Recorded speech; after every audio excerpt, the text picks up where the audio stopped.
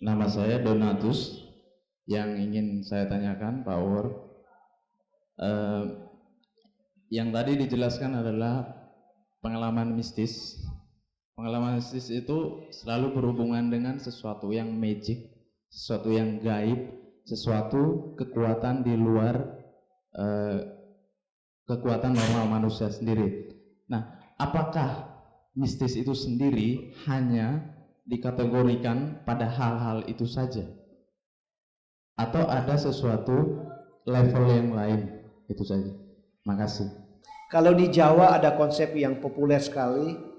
Kalau mistik level tinggi itu kan bertemunya kawula lan Gusti itu, menyatunya itu. Tapi di Buddhis tidak punya konsep itu. Di Buddhis nggak ada itu, jangan ditulis, nggak ada konsep itu.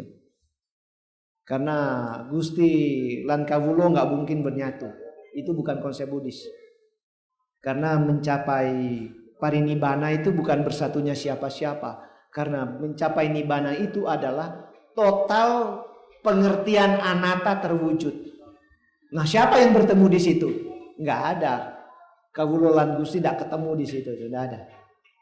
Ya, itu ada model mistik-mistik begitu, tapi yang saya bicarakan pada umumnya ini mistik budaya yang umum berlaku, tapi umat Buddha juga banyak terlibat, itu aja. Jadi ada level-level mistik spiritual itu, tapi bukan itu. Sebab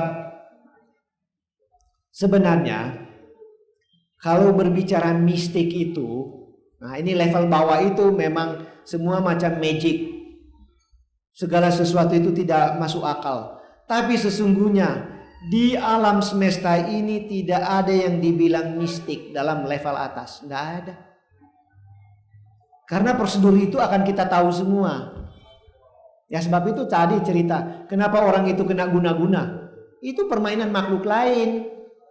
Jadi dari sudut kacamata Dhamma nggak ada yang aneh. Dan juga tidak ada dengan istilah mujizat, nggak ada. Itu semua bermain level. Kalau level bawah itu dianggap mistik, termasuk mujizat itu mistik. Tapi kalau di level atas tidak ada mujizat, semua kita bisa. Karena dalam konsep Buddhis mungkin agak sombong kalau dengar. Tidak ada sesuatu di alam semesta ini yang manusia tidak bisa tahu kalau dia mau tahu dan berusaha untuk tahu. Tidak ada yang rahasia. Tidak ada. Semua orang itu bisa.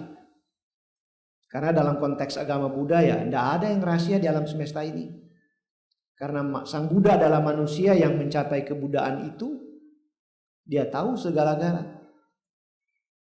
Nah orang ribut, ya tapi kan dia Buddha, dia manusia. Itu urusan agama Buddha lah.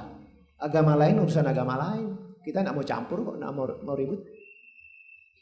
Nah dalam pandangan agama Buddha, semua itu bisa diterangkan kalau sudah pada level tertentu.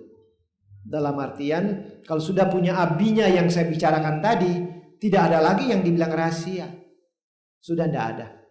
Kapan kita mau mati pun kita sudah bisa tahu.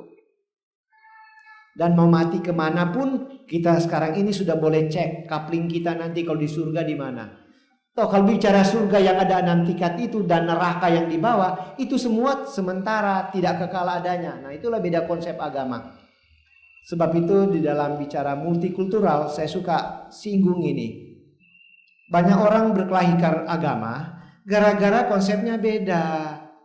Contoh, kalau saudara-saudara kita yang Islam maupun Kristen bilang itu surga itu selama-lamanya begitu itu, ya sudah dia punya urusan. Kalau di Buddhis, surga itu temporer, cuma sementara. Sekarang di surga, nanti sebentar lahir jadi manusia, dari manusia masuk neraka, neraka mati, lahir jadi binatang, jadi apa? Nah itu Buddhis punya konsep.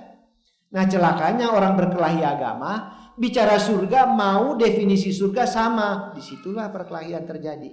Karena memang definisinya beda kok. Wong yang dibilang enak aja tidak sama kok. Kalau bapak ini makanan paling enak apa pak? Ya? Apa? Capcay. Nah kalau yang ini apa? Sate kambing. Sate kambing. Tuh kalau bapak yang sebelah ini apa? Ya? Nah itu, coba ini sate kambing bilang sama dua ini yang paling enak sate kambing, ya ribut. Padahal semua tiga-tiga bilang itu enak makanannya. Nah, siapa yang benar di antara tiga orang ini? Semua benar. Nah itulah. Jadi definisi agama-agama tentang surga juga beda-beda. Ya kalau itu beda ya begitu itulah. Kenapa beda? Karena kitab sucinya beda. Saya pernah menerangkan di satu perguruan tinggi. Dia bilang kenapa konsep agama Buddha beda? Ya memang kitab sucinya lain. Kok bagaimana mau disamakan dengan kamu? Bapak berpendapat kalau begitu kitab suci Bapak itu salah. Sampai kapan saya akan bilang benar terus? You punya kitab suci, you punya urusan, saya tidak mau campur kok itu. Nah banyak orang tidak mau terima itu.